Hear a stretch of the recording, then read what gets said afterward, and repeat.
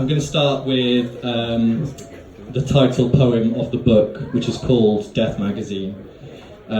So think of it as the contents page of a magazine in poem form. 6 essential tips for transferring your consciousness to the cloud. Say goodbye to skincare and look at the product you won't be using when you have no skin. What do cloud bodies eat? Dealing with the emptiness that replaces hunger. Pink is the new glass, but glass is the new black. Twiddling your ghost thumbs. How to occupy your mind in lieu of earthly activities. New wave worries. What to think about once money, health and beauty have slipped away with your body. Coexisting cougars inside the world of yummy mummy duplicates. Deleting the other you, a step-by-step guide. How to leave a gym-fit corpse. Scare stories. What happens if your keeper pulls the plug? I was a human fish tank. One reader's story. The eternity itch. Preparing for a life without orgasm. I have no mouth and I must cream. In memory of moisturizer. I can't exist like this. What to do when?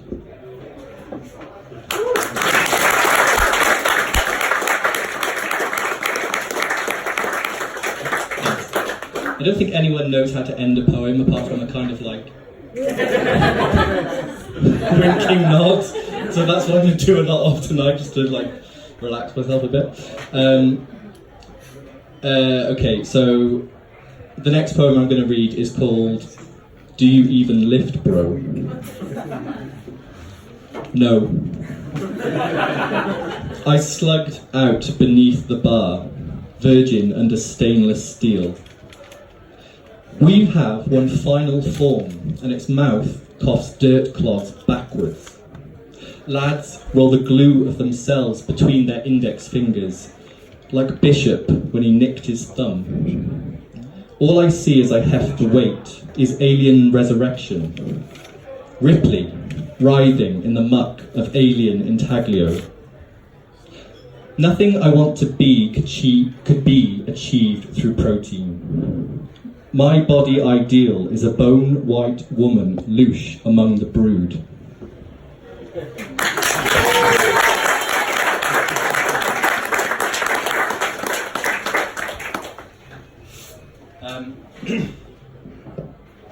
We have to be on top of this thing.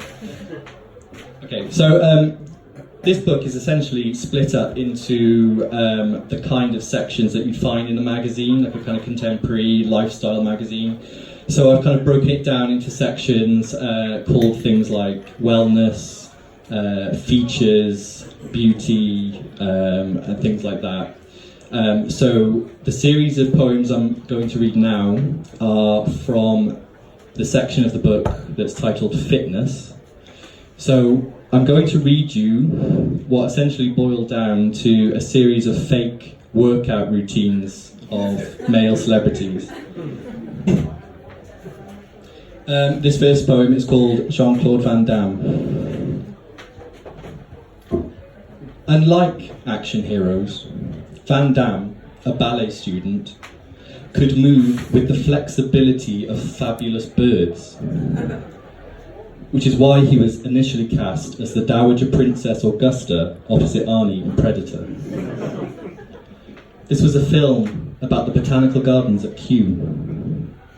In the Mr. Belgium video games, the character of William Chambers was inspired by fantastic landscapes of 18th century Britain. A karate black belt, Van Damme employs exotic Chinese objects like those depicted on actual pavilions in his martial arts. His muscles are fanciful with chinoiserie.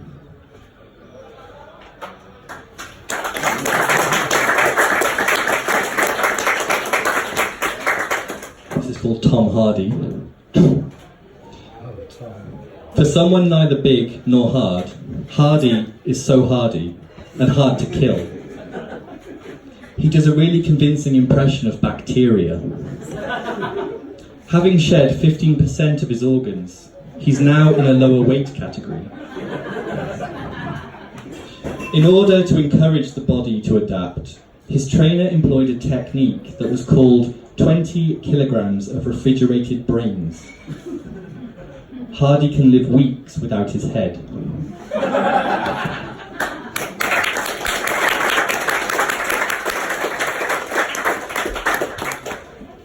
This poem I've read quite a lot, so I should know it off by heart, but when you're standing in front of this many people, you don't know anything by heart.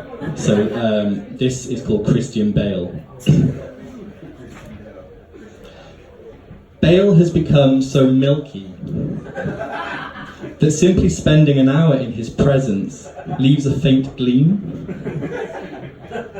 The actor was determined to incorporate petals, seeds and fruits into his skin. He trained 6 hours a day, 6 days a week, for 6 months to bottle a happier future. Synonymous with physical transformations, Bale developed plant leaves as his body adapted to changes in technology. He reportedly puts a soft little cushion between his face and a thistle. But ironically, American Psycho was interpreted as a moisturiser by many reflexologists. The precise nature of his soothing presence is unknown, but the smart guess is that he is like a mountain of white lily.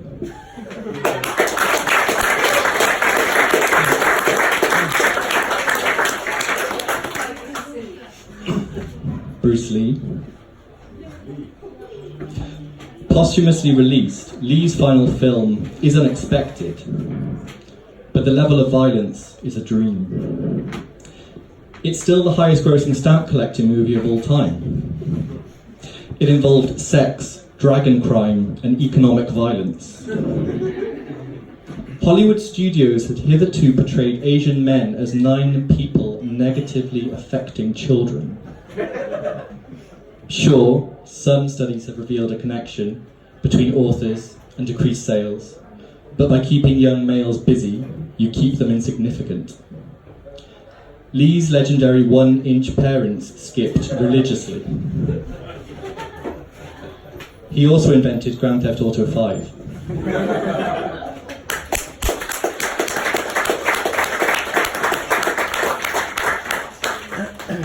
The last one for this section is called Jake Gyllenhaal. Gyllenhaal, whatever his name is. Those shots of Gyllenhaal building the internet, snaked with collective wounds, hit men like a shitload of gender baggage. Having achieved snarling veins, we ask why. We believe a sledgehammer is for everybody, but as men we use it to breathe. Gyllenhaal had 6 months to resemble a suit of armour. He did this by performing 2,000 cultural expectations a day. When he mistakenly ran 8 miles, he not only flipped, he beat Eminem face down to a soundtrack of compassion.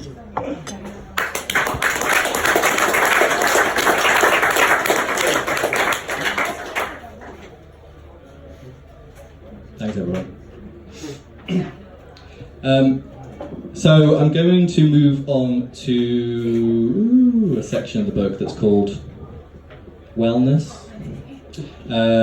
So some of the poetry is, I guess, about death, inevitably, because of the title, but the kind of after death or digital mortality, I suppose.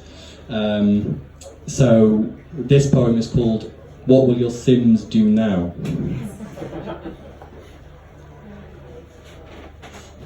Like a good nephew, I save your computer from the skip's slough of lifelong wreckage. I lug its black lake weight back to my room, even though the tower is now a humming grave. Inside still live the pixie kids you abandoned to a timeless paradise. They're still frolicking poolside. They're spouting gibberish, clownish, in a summer that will never end. They know nothing of the absent God act you've pulled, these tiny Adams and Eves in their cherry print caftans.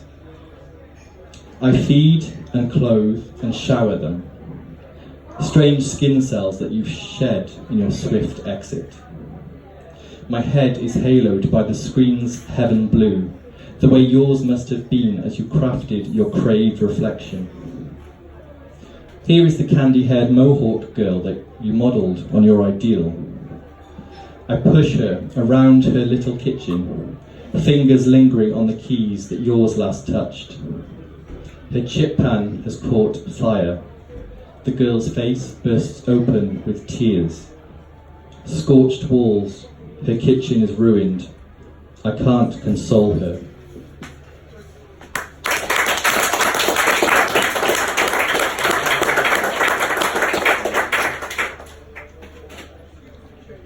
So then, taking that theme of post-death, this poem sort of has two titles.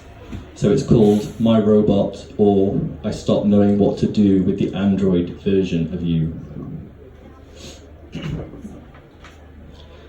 I left you, my robot, standing under the blackcurrant bush in the rain. The house with the lip gloss door. The neighbour's washing hung there, forgotten or given up on. I left you like I leave all things, propped against the brick wall, going soft around the heart. The pool table, its grain wood, the bicycle's slack chain. I do not believe that you end death. You died, became a palace in the distance of my mind's eye, viewed askance, a sigil sight. I now look past your metallic face and each new rusty flowering. It appeared to be a gift at first, this code of swirling consciousness. Dusk has me surrender to its crush the same way as your synthesized voice, a sound that you can smell, like new car leather, hot salt wind across the beach. We've lurked too long in this coastal town. I perfume my hands with lavender cream and think, gorgeous, gorgeous knowing it ends, the touch of all these disparate parts.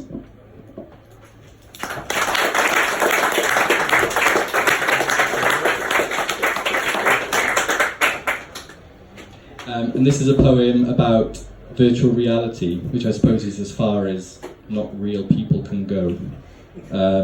It's called Oculus. Knowing it's not real and diving anyway. This honeycomb is a pixel, still you're tasting it. Knowing your pain is illusion, a PVC raincoat. Knowing this reality is frosted windshield glass. The dead go on ahead of us. We'll catch them up the lavender path. Our pieces will be swept to a god's creamy chest, a god who almond flaked itself, who snowed itself profusely. Crisp packet-picking crow, the soft gas of rain, these are why you live. It's perverse, my love of petrichor. I think of all the simulated smells I might enjoy, but knowing that the ego needs obliterating. Knowing we stand at the prow of this ship, all diamond dust and captain,